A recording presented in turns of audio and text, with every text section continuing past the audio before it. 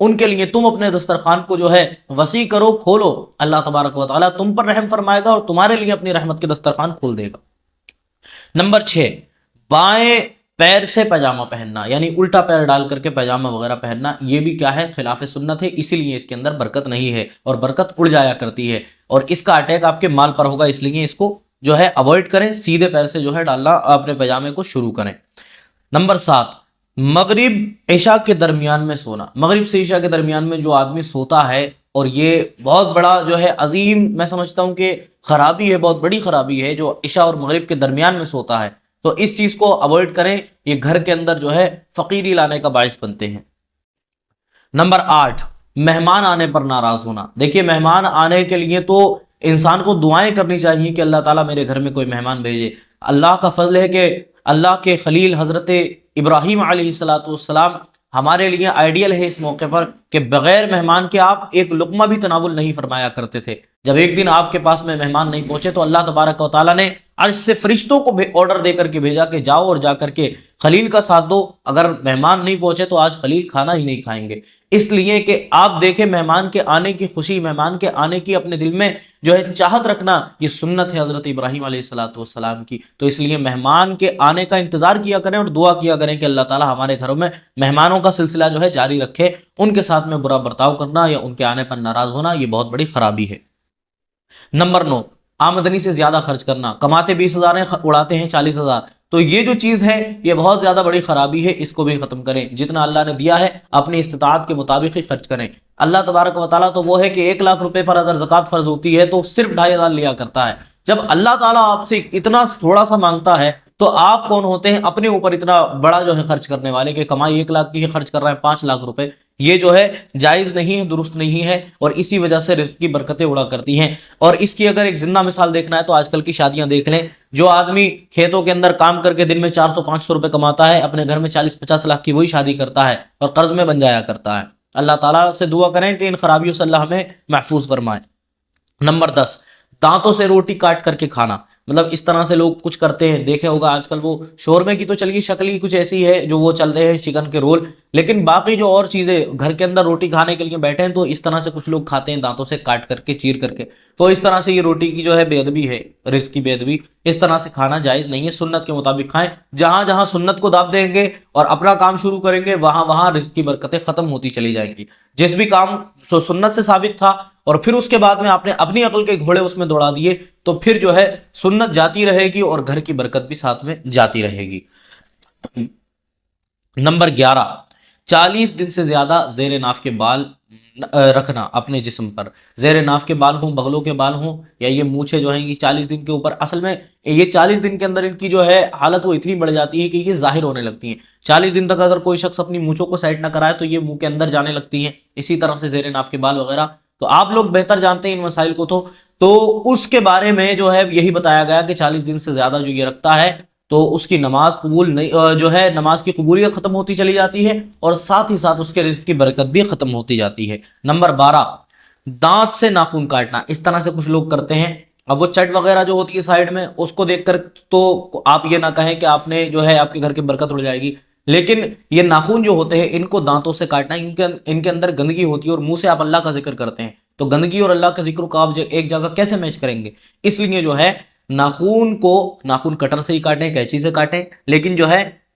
اپنے منہ سے کاٹنے کی کوشش نہ کریں۔ نمبر 13،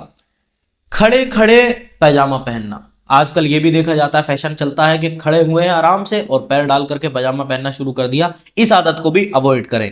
نمبر 14، عورتوں کا کھڑے کھڑے بال باندھنا، خواتین اس چیز کو خاص خیال میں لائیں کہ کھڑے ہو کر کے بال نہ باندھا کریں بلکہ ایک طرف کو بیٹھ کر سمٹ کر کے اپنے کاموں کو انجام دیا کریں۔ نمبر 15،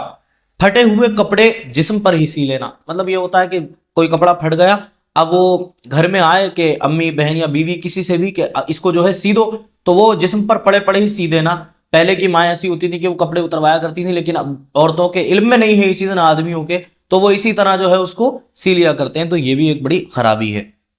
نمبر 16، صبح سورج نکلنے تک سونا، مطلب سورج نکلا ہوا ہے، 10 بج گئے ہیں اور جناب بستر پر لیٹے ہوئے ہیں، تو اس طرح کی جو حرکت ہے اس سے بھی باز آ جائیں، یہ بھی رزق کی برکت کو ختم کیا کرتی ہے۔ نمبر 17، درخت کے نیچے پیشاب کرنا، احادیث کے اندر منع کیا گیا ہے، فقہاء کرام نے منع فرمایا ہے کہ درخت کے نیچے نہ پیشاب کیا جائے، لیکن پھر بھی اگر کوئی آدمی کرتا ہے تو لیجئے، ریٹرن میں آپ کو یہی ملے گا کہ آپ کے رزق کی برکت جو ہے وہ اڑتی چلی جائے گی۔ نمبر 18، بیت الخلاء کے اندر باتیں کرنا، جہاں منع کیا گیا ہے فقہاء کرام فرماتے ہیں صرف ضرورت کے وقت میں بات کرے گا، اگر بہت زیادہ ارجنٹ کوئی معاملہ ہے تو، اس کے علاوہ ہرگز وہاں پر بات نہیں کر سکتے، اس لیے کہ یہ جو آپ کے فرشتے ہیں کرامن کاتبین، یہ جو کچھ بھی آپ کا ریکارڈ نوٹ کرتے ہیں تو یہ آپ کے ساتھ میں موجود رہتے ہیں، لیکن جب آپ بیت الخلاء کے اندر ہوتے ہیں اور آپ دعا پڑھتے ہیں اللہم انی اعوذ بک من الخبث والخبائث، تو اس وقت میں یہ فرشتے باہر رہ جاتے ہیں اور آپ اندر اکیلے ہوتے ہیں، تو وہاں پر اگر آپ کوئی چیز بولیں گے اور اس وقت ان کو نوٹ کرنا ہوگا تو ان کو پریشانی پڑے گی، تو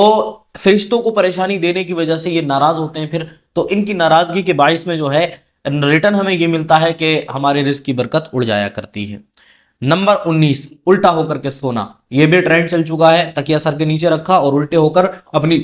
جو پیٹھ ہے وہ آسمان کی طرف کر لیتے ہیں، اس کو بھی اوائڈ کریں۔ نمبر 20، قبرستان کے اندر جا کر کے ہنسنا، وہاں پر جا کر کے ہنسی ٹھٹے لگاتے ہیں بہت سارے لوگ، مذاقیہ الفاظ بولتے ہوئے چلے جاتے ہیں، ٹہلتے ہوئے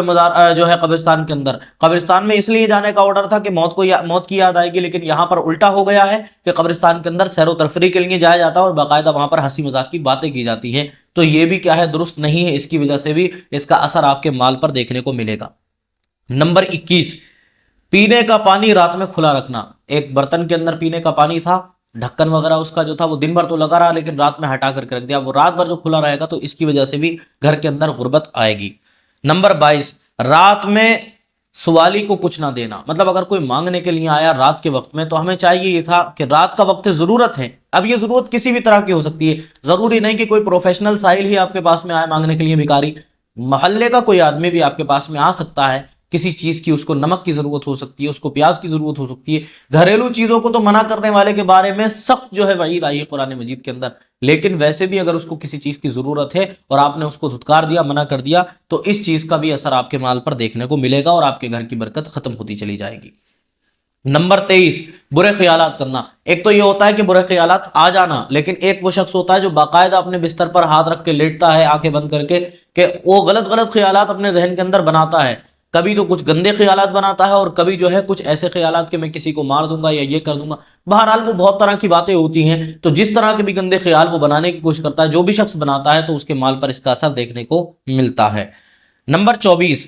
بغیر وضو کے قرآن مجید پڑھنا، دیکھیے ادب کا دائرہ یہی ہے کہ قرآن مجید کو چھوئیں، وہ تو قرآن کا اندر جو ہے ارشاد فرمایا گیا کہ اس کو بغیر وضو کے نہ چھوا جائے، بغیر پاکی کے نہ چھوا جائے، لیکن پڑھنے کے لیے بھی ادب جو ہے قرآن مجید کا وہ یہی ہے کہ جس وقت آپ قرآن مجید کو پڑھیں تو اس وقت آپ وضو کی حالت میں ہوں۔ نمبر 25، استنجا کرتے وقت باتیں کرنا، استنجا کر رہے ہیں اور جو ہے آج کل آپ نے دیکھا ہوگا فیشن چلتا ہے کھڑے ہو کر کے پیشاب کرنے کا، جو وہ معاملہ ہے نا ریسٹورنٹس کے اندر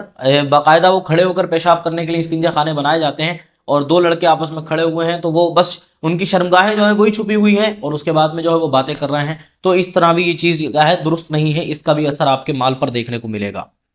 نمبر 26، ہاتھ دھوئے بغیر کھانا کھانا، کیونکہ سنت میں نے بتایا آپ کو، اس چیز کو آپ اس پر قیاس کریں کہ جہاں جہاں سنت غائب ہوتی رہے گی وہاں وہاں برکت بھی ساتھ میں جاتی رہے گی، بغیر ہاتھ دھوئے کھانا کھایا سنت کو ختم کر دیا، برکت بھی ختم ہو گئی۔ نمبر 27، اپنی اولاد کو کوسنا، خود ہی اپنی اولاد کے بارے میں برے خیالات کہ تو ایسا ہے تو ویسا ہے، تو اس کو اندر 100 کیڑے پیدا کر دینا، یہ جو چیز ہے یہ بھی آپ کے جو ہے آپ کے مال کے اندر برکت کو ختم کرے گی۔ نمبر 28، دروازے پر بیٹھنا، مطلب اپنے گھر کا دروازہ ہے، راہ گزرتے ہوئے سب لوگوں کو دیکھ رہے ہیں، بیٹھے ہوئے ہیں دروازے پر، تو یہ دروازے پر چوپال لگا کر کے بیٹھنا یہ بھی درست نہیں ہے۔ نمبر 29، لہسن پیاز کے چھلکے جلانا، یہ لہسن پیاز وغیرہ جو کاٹتی ہیں گھر کے اندر عورتیں چھیلتی ہیں تو اس کے جو چھلکے بچتے ہیں اس کو چولہے میں ڈال کر کے جلا دینا، یہ بھی درست نہیں ہے۔ نمبر 30، فقیر سے روٹی یا پھر اس کی کوئی چیز خریدنا، فقیر آیا تھا بدلے میں دیکھا کہ اس کو کسی نے کوئی چیز دے دی تھی، مہنگی کوئی انگوٹھی دے دی تھی، آپ نے جو ہے 10-20 روپے یا 50 روپے میں وہ دے کر کے اس سے خرید لی، کیونکہ فقیر کا مال جو ہے وہ کسی نے صدقہ سمجھ کر کے ہی دیا تھا، آپ اس کو خریدیں گے تو یہ کس طرح آپ کے لیے درست ہو سکتا ہے۔ نمبر 31، پھونک سے چراغ بجھانا، یہاں چراغ یا موم بتی کچھ بھی ہو سکتا ہے، آج کے دور میں چراغ تو پرانے لوگوں نے دیکھے ہوں گے لیکن آج کی جنریشن نے شاید موم بتیاں دیکھی ہوں، ویسے تو اللہ تعالیٰ نے آج ہر گھر میں انورٹر دے دیا ہے، لیکن جن لوگوں کے گھر میں موم بتیاں ڈبیا یا چراغ بھی جلتے ہیں تو ان کو پھونکوں سے بجھانا درست نہیں ہے۔ نمبر 32، بسم اللہ پڑھے بغیر کھانا شروع کرنا. دیکھیے کلو امر ذی بال لم یبدأ بسم اللہ فهو ابتر، ہر وہ کام جو بغیر اللہ کا نام لیے شروع کیا جائے، امر ذی شان جس کے بارے میں شان والا کام ہو اور وہ بغیر اللہ تعالیٰ کے نام لیے شروع کیا جائے تو وہ کام ادھورا رہتا ہے، ناقص رہتا ہے، اس کا ثواب آپ کو نہیں ملا کرتا. اور پھر ظاہر بات ہے جب ثواب نہیں ملے گا تو برکت کدھر سے آئے گی؟ تو کھانا کھا کے جسم کو طاقت تو دے لیں گے، لیکن اس کھانے کے ذریعے جو ثواب آپ کو ملنے والا تھا وہ ثواب جاتا رہے گا. تو اب کیا چاہیے؟ بسم اللہ پڑھ کے کھانے کی ابتدا کریں گے. نمبر 33، غلط قسم کھانا. جھوٹی قسمیں کھاتا ہے جو شخص، اس کا گناہ تو الگ ہی ملے گا اس کو، کسی کی اگر جھوٹی قسم کھائی کسی کے لیے، لیکن جو ہے اس کی وجہ سے یہ ایفیکٹ دیکھنے کو ملے گا کہ گھر کے اندر کی برکت ختم ہوتی چلی جائے گی. نمبر 34، جوتا چپل الٹا دیکھ کر سیدھا نہ کرنا. کسی شخص نے دیکھا چپل الٹی پڑی ہوئی ہے اور اس کے بعد میں بھی جو ہے ایسے ہی گزر گئے نظر انداز کر کے، تو یہ بھی غلط ہے، اس کو سیدھا کریں. اور اس کے اندر کیا حکمت ہے ہم انشاءاللہ کبھی اور کسی ویڈیو کے اندر اس مسئلے کی بھی وضاحت کریں گے کہ الٹی چپل اتارنے سے کیا نقصان ہوتے ہیں. نمبر 35، حالت جنابت میں حجامت کرنا. مطلب یہ کہ ناپاک تھے اور مطلب پوری طرح سے جو ہے غسل فرض ہو چکا تھا اور اسی حال میں کیا کرا، اپنے بال کٹنگ وغیرہ کر لی یا داڑھی کو جو ہے اپنے سیٹ وغیرہ کیا، جو بھی آپ کو کرنا تھا، تو یہ بھی کیا ہے درست نہیں ہے. اس کا اثر بھی مال پر پڑے گا اور آپ کے مال کی برکت جو ہے وہ ختم ہوتی چلی جائے گی. نمبر 36، مکڑی کا جالا گھر میں رکھنا. جان بوجھ کر کے شوق کر لیا کہ میرے اس کونے میں یا اس کونے میں کہیں بھی جو ہے مکڑی کا جالا ہو، مجھے اچھا لگتا ہے، تو اس کی وجہ سے بھی مال کا جو ہے